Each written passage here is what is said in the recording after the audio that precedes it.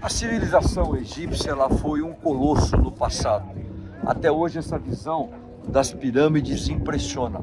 Mas o interessante é que durante muito tempo da nossa história praticamente nada se sabia desse Egito da antiguidade. Isso porque a escrita na época dos faraós eram os hieroglifos e ninguém entendia o que significava aquilo.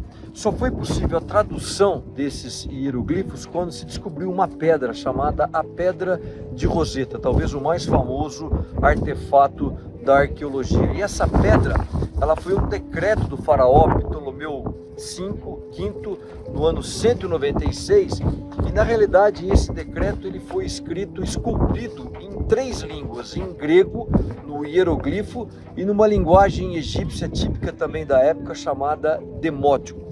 Mas o interessante é que através desse grego que se conseguiu traduzir e entender o que eram os hieroglifos.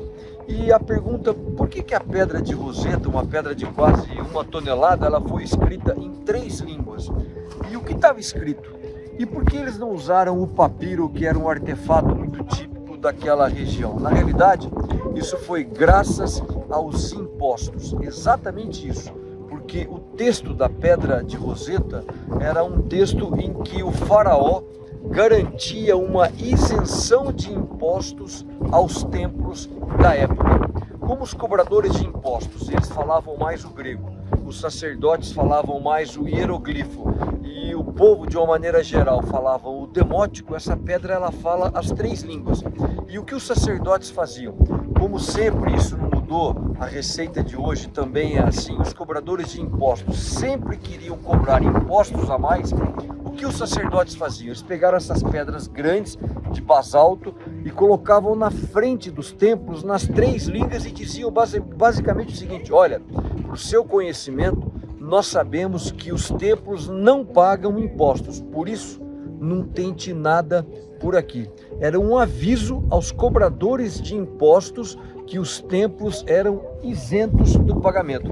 E graças a isso se conseguiu entender o que eram os hieroglifos e entender e compreender um pouco toda a história deste Egito da antiguidade. Então foi graças a essa eterna vontade do governo em cobrar mais impostos que hoje nós sabemos um pouco sobre o Egito antigo.